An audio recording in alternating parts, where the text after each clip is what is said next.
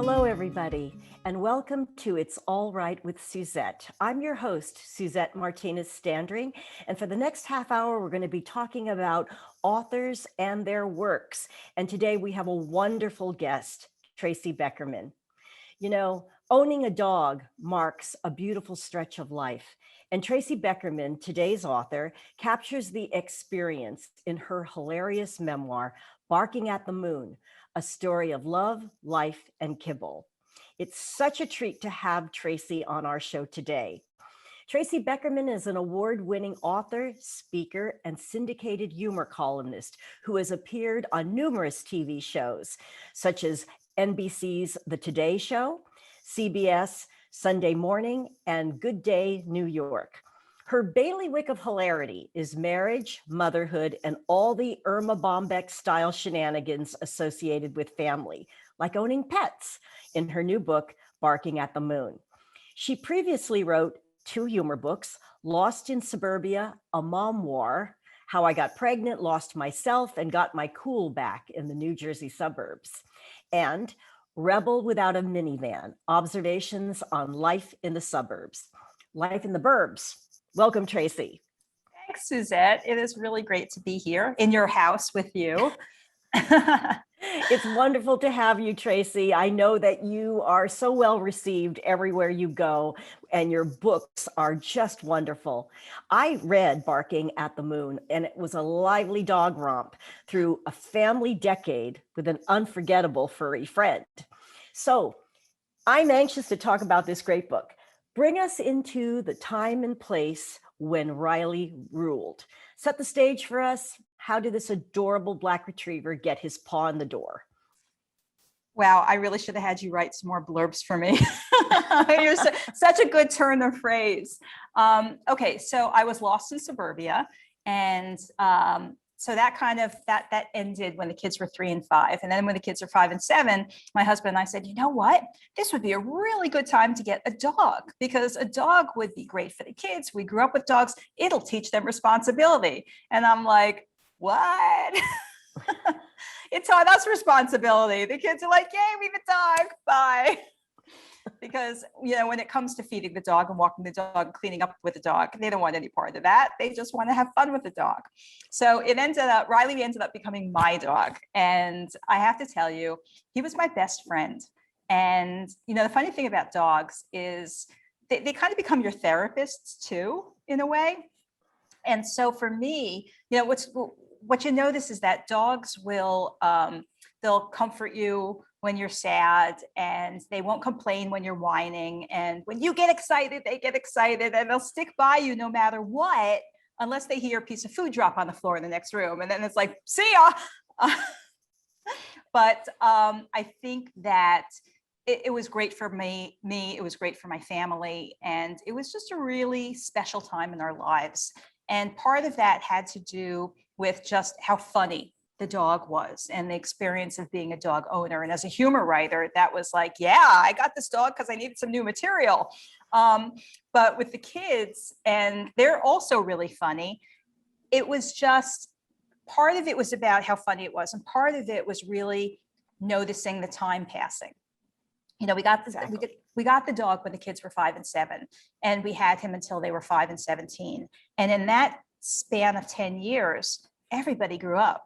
We grew up, my kids grew up, the dog grew up, and I had to really notice. I had to stay in the moment and make sure that I wasn't missing anything. Because, you know, a lot of times when your kids are really young, you're like, oh my God, this is so hard. I can't wait till this is over.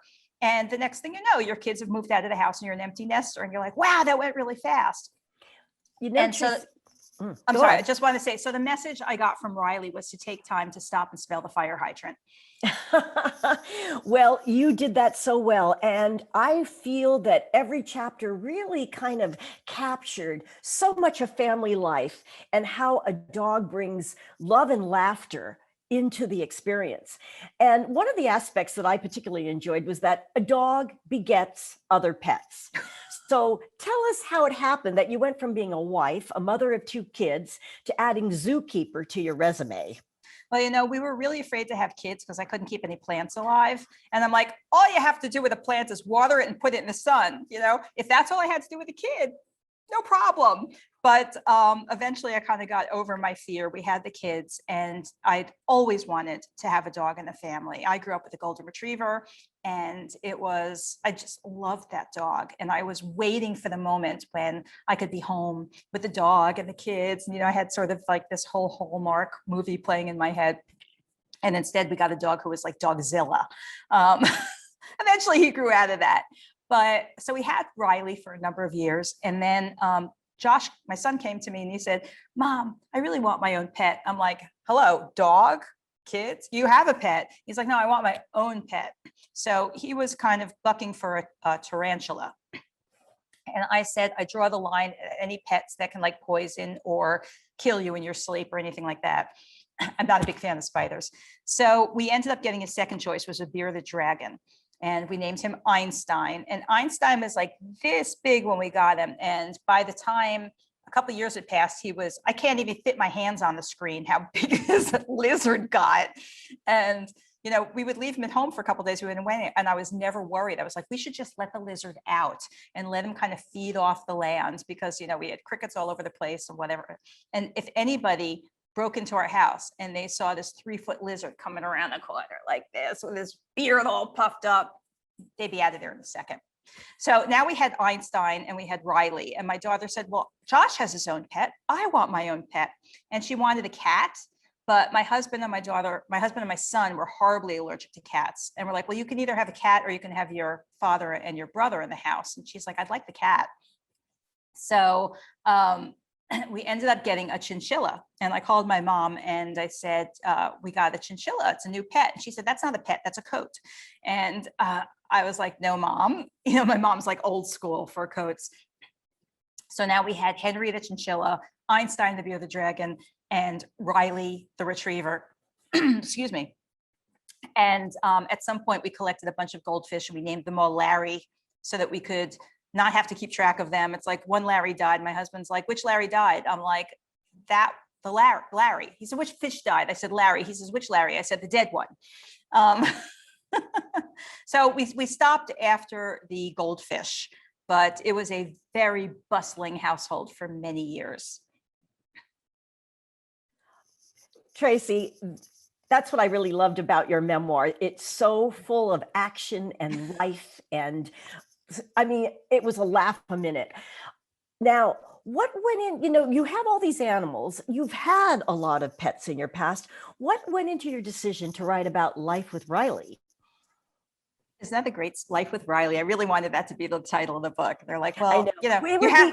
We would be dating ourselves because so many people don't know about that old show. I know. And it's like when I mention to people that the kind of writing I do is like Irma Bombeck. If you're under 50, they're like, who? I'm like, oh, it's like when I say the 30-something, something about Mary Tyler Moore, and they don't know who she is. I'm like, what is wrong with this generation? I know. Yeah, so talk about dating myself. So I immediately forgot what the question was. What went into your decision to write about life with Riley? Okay, so, I started writing about Riley kind of early on in the pandemic. And the idea was, well, I have all this time. I want to write another book. And everything was feeling so oppressive and isolating. And I was like, I really want to write about experience that I had that a lot of people can relate to, that has a lot of humor in it. I want to bring some levity to what's going on right now, because I feel like if we can laugh at the small things, then it'll make it much easier for us to handle the really big things when they come along. And I mean, nothing gets much bigger than the pandemic. But the idea about writing about a dog just seemed the timing was really right. And also, so many people got dogs during the pandemic. And I think it's because people were lonely and sad, and this this dog brought joy into their lives. And it's like they didn't even know it was missing until they got it. So I now have a dog named Monty, who is a white golden retriever, and he's my new best friend. Of course, he doesn't replace Riley, but he is like the next generation Riley. I think that's wonderful, He's a Tracy. goofball, and he just sat by my side while I wrote about Riley, and I'm like, hello. Monty's like, hello, what about me? I'm like, you'll get your book. But hopefully not for a very long time. We want Monty to hang around. No spoiler alerts about what happened to Riley.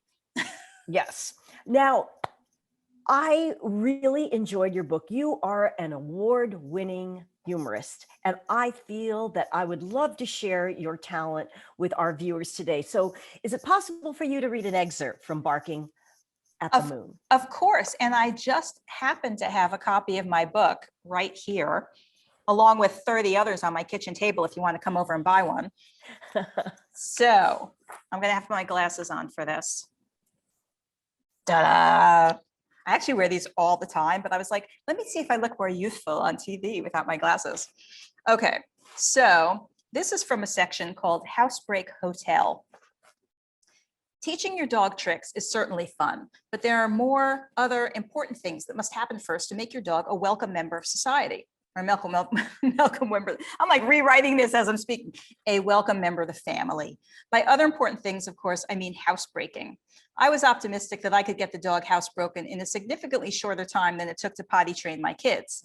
This was even considering the fact that my kids could tell me when they had to go, although it was usually as they were going. I learned quickly that when you're trying to house train a dog, it's good to have some sense of routine and also a house. 2 weeks after we brought the dog home, we had neither. One night, a huge storm came through and knocked down dozens of trees in our town, which took out all our power lines and also blocked all the streets coming into and out of our neighborhood. So the power company couldn't come in to fix the power lines.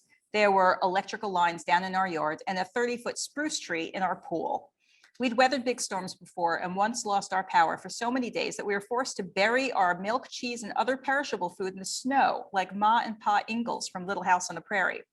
But those times we didn't have live power lines on our property or a new puppy that liked to investigate everything in the yard. It was clear we needed to leave. We gathered the troops in the wee-wee pads and loaded into our SUV, drove over a few of our neighbors' lawns to get out, and moved into the first dog-friendly hotel we could find. Actually, it was the only dog-friendly hotel we could find. It was not the nicest of places, but the bigger issue with the hotel was that it was huge. It was a convention center hotel, and the only room they could give us was a 7-minute walk to the elevator, a 4-minute ride to our floor, and another 4-minute walk to our room. You think housebreaking a puppy is hard? Try training a peeing puppy to hold it in for 15 minutes. You can actually take him where he is supposed to pee. All the house training books said to pick up the dog when he starts peeing and take him immediately outside to finish so he makes the association. But it seemed that instead of associating outside with peeing, Riley was associating hotel hallway carpet with peeing. The book also said if you picked up the dog while he was peeing, he would stop peeing. But that turned out to be a myth. When I picked him up, instead of peeing in one spot, he would pee the whole way down the hall, in the elevator, across the lobby, and on me. It was like carrying a gushing garden hose down the hall. Of course, he'd be finished by the time we got outside. Although I felt incredibly bad about this, the hotel staff seemed to take it in stride. I assumed that as a dog-friendly hotel, they were used to this kind of thing, but I made sure to have the dog with me when I stopped by the desk to let them know each time it happened, so they could ooh and ah over the puppy and hopefully forgive me for my dog's transgressions. Naturally, I tried to watch for telltale signs that the dog had to go, but Riley had a great poker face and never gave us any indication that a deluge was about to happen. One night, Joel came back to the hotel from work in the evening and complained that the hotel room smelled like pee. We may have to wait until we get home to housebreak the dog, I said. It's impossible here. That's ridiculous, he said, collapsing on the bed in the room, which was also our living room, office, and kitchen. Luckily, we've been upgraded to an executive suite with an attached bedroom for the kids so they could have their own space and plenty of attractive landscape paintings that looked like they were paint by numbers. The room was clean, but in desperate need of an upgrade. With the floral bedspreads and matching sofa, it seemed tragically stuck in the 70s when chintz was in fashion and Elvis was king. The dog pee smell only added to the charm. People in apartments housebreak puppies all the time, he said. This is the same thing. Yes, I said, but people in apartments don't have to cross 3 different time zones to take their puppies out to pee. Although hotel living was a challenge for me, my kids loved it. School was closed because of the storm damage, so they spent all their time playing video games on the hotel TV and rolling on the floor with Riley. Josh took it upon himself to train Riley to sit, and I was stunned when after 2 days, the puppy would sit on command. He's very motivated by food, Mom, said Josh authoritatively. Who isn't, I replied. You should see what I'd do for a Krispy Kreme. I watched some videos on TV, and I think I can train him to come and crawl too, he said. Can you train him to pee outside, I asked. I don't think he's that motivated, said Josh, as Riley grabbed a corner of the hotel curtains and tugged hard. The rooms were not expensive, but I thought it was likely the charges for damages would bankrupt us. I get very motivated by shopping, I said. I'm pretty sure he won't learn to pee outside if I promise him a new pair of shoes, said Josh. I did the best I could, but one day I knew the dog needed to go out and I had to finish a work call. I brought the dog into the kid's room and whispered to my son, Here, Josh, put him on the bed, I said. He thinks he's supposed to pee on the carpet. He won't pee on the bed. Of course, I had no idea what I was talking about. And as I was wrapping up my call, Josh came in to tell me Riley had peed on his bed. He held the dog at arm's length in front of me as if Riley was an explosive device that would detonate at any moment. In a way, I guess he was. Now what do we do, he asked. I thought for a moment. Strip the bed, put the sheets in the hall. Then I'll call housekeeping and ask them to come change the bedding. What are you going to tell them happened, he said. I'm going to tell them you had an accident. Josh looked horrified, as any 7-year-old would. What? Why me? If we tell them the dog did it, they'll probably charge us, I said. But if we tell them that it was you, they'll just laugh. You realize I'm going to be scarred for life by this, he said. That's okay, I said, taking the dog from him. If stuff like this didn't happen, you'd have nothing to tell your therapist one day. That's great, Tracy. Yeah. And now I know that your son, Josh, is loving that this is immortalized in print. But he's validated. He didn't wet the bed. I've been writing about my kids since they were 3 and 5. So this was just like, standard practice for them. Exactly. And my husband too. Eventually they got to an age where they're like, don't write about us anymore. I'm like, well, what if it's really funny? And they're like, all right, maybe it's really funny. But the problem was I was writing in a hometown newspaper. So all of their friends, families would read the column. And then the next day, they'd come into school and they'd say to Emily, so we hear you still sleep with a blankie. And she'd like, Tracy, I want to get into this because it's so much a part of your creative process. We're going to take a short break. And when we get back, we're going to find out more about how Tracy Beckerman, this award-winning author, writes her books and a little more about barking at the moon. We'll be right back.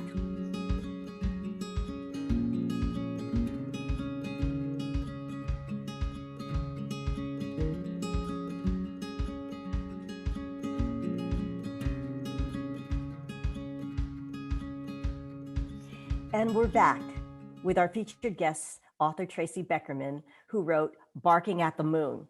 Tracy, your chapters are chock full of funny memories and nonstop laughter.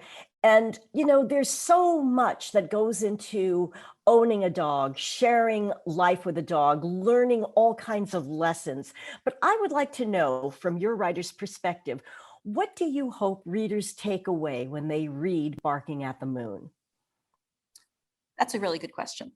I think that the main thing I want them to take away is that you always need to make sure that you have a secure lid on your garbage can if you have a dog. And also that you have some Resolve carpet cleaner on hand at all times. Or maybe you just don't even have any rugs at all. Riley, unfortunately, was a bit of a yakker. So, but I think that's kind of what made him so relatable, I think, to other people, because who hasn't had the experience of your dog doing something on the floor or on the rug and you're like, oh no, it's like you're not worried about the dog, you're worried about your carpet. But jokes aside, I think that the thing about having a dog is it really teaches you about unconditional love, because as long as you feed that dog and give it affection, it will love you until the ends of time. You definitely get the feeling that they're here just to be there for you. And of course, it makes you want to love them back the same way. But really, it's just, have you ever seen a more pure love than the love coming from a dog towards its owner? Yeah. And you don't get the same thing from other pets. Certainly our bearded dragon wasn't that way. He's Yes, like, well, just put me under a hot lamp and, leave me alone. you're so right. You're so right. I can't live without a dog, honestly. So I truly related to your book. For years you wrote about your life raising a family as it unfolded, on your blog, Lost in Suburbia, and in your two books, Lost in Suburbia and Rebel Without a Minivan. And they were often present tense stories. And by the way, Tracy refused to drive a minivan, but now you and Joel are new empty nesters and raising children is in your rearview mirror of no doubt a very cool car. But what's it like writing from a perspective of looking back? And how did Barking at the Moon play a pivotal part in that change of scenery for you? Yeah, no, it's interesting because I'm now writing a column called Lost in Midlife.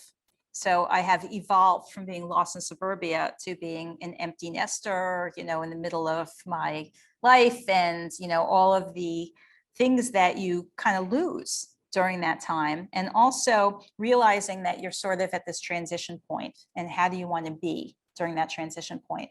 And it's funny, somebody was talking about these she sessions. Have you heard about she sessions? It's like she recession. I don't actually even know what it stands for, but it has to do with women who during the pandemic decided they needed to reinvent themselves.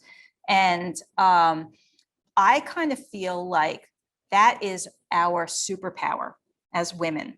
We hit all these different milestones and we constantly have to change gears. We get married, we change gears. We have kids, we change gears.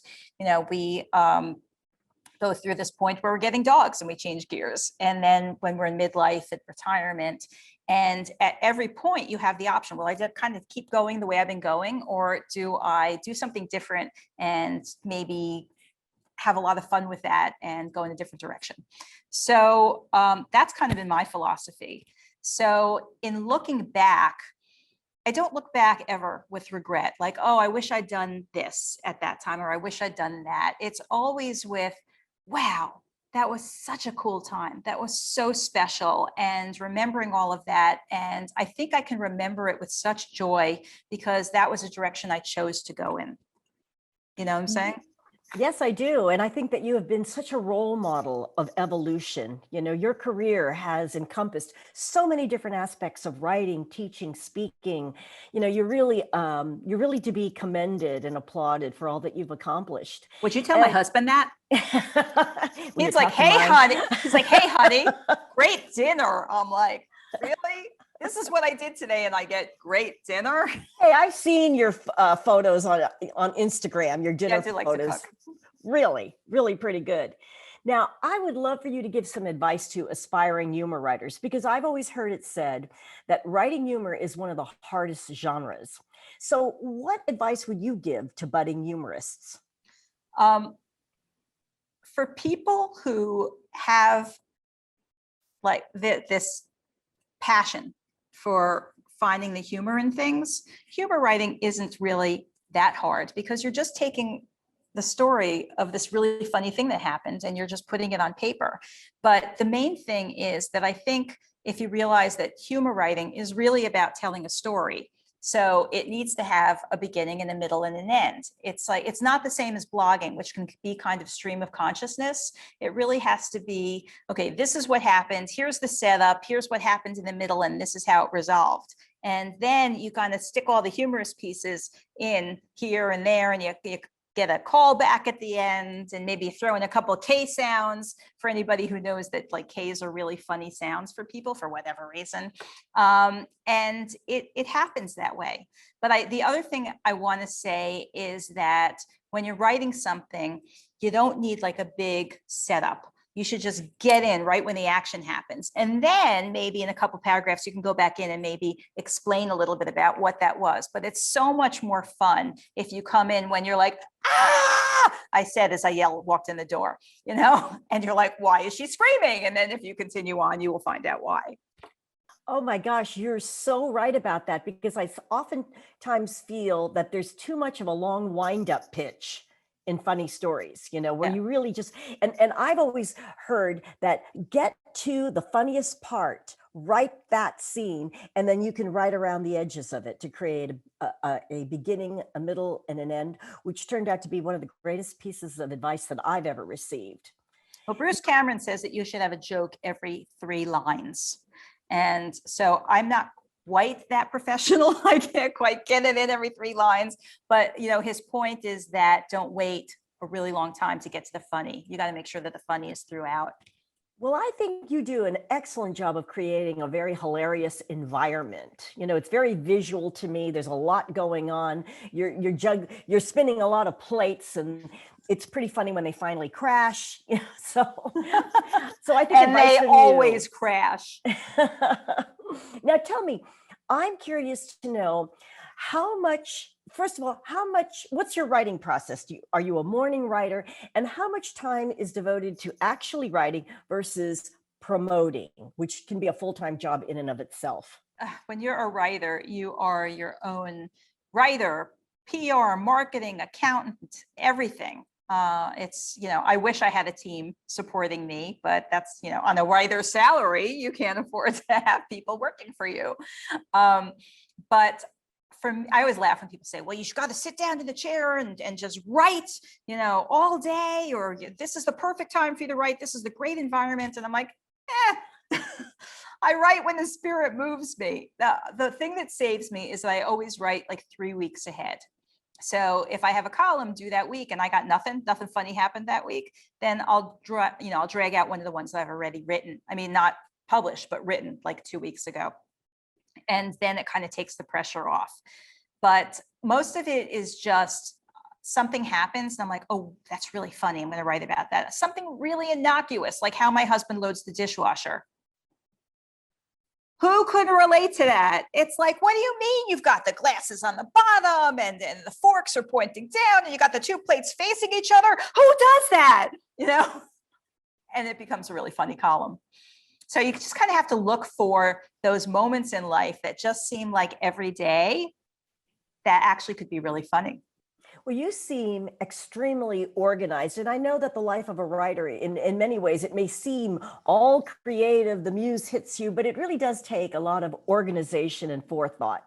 I walk around for hours just trying to get a lead paragraph. And once I get that in my head, the rest will flow. So tell me when we talk about reinvention, what's next up on your agenda? We have about 3 minutes left or so, and I would really love to know where people can find you, what you have going on next. Okay, so they can find me at www.tracybeckerman.com or org or net. Any of those will get you to the same place. I have a Facebook fan page, and it's called Lost in Suburbia fan page, and I have a group called Lost in Midlife, and we've got about 11,000 bawdy women in there, posting funny memes all the time. And it's a very uplifting place. And I do a Lost in Midlife newsletter. And I still write my column. So there's a lot of like Lost in Midlife, Lost in Suburbia, a little bit of both. I have 2 more books on deck. So after this one kind of runs its course, which I hope won't be for a very long time, I have the next book, which is Lost in Midlife, which is the actual story about selling the house, moving it to the city, and feeling like I lost my identity all over again. Oh, Tracy, this is great. And now it seems like we've come to the end of our show. And I just really want to thank you so much for being with us. And hopefully people tune into her fan page and www.tracybeckerman.com and buy the book. And buy the book, Barking at the Moon. It's on Amazon and Barnes and Noble. Thank you so much for being with us today. We'll see you next time on It's All Right with Suzette. Thanks. Thank you, Tracy. Great guest.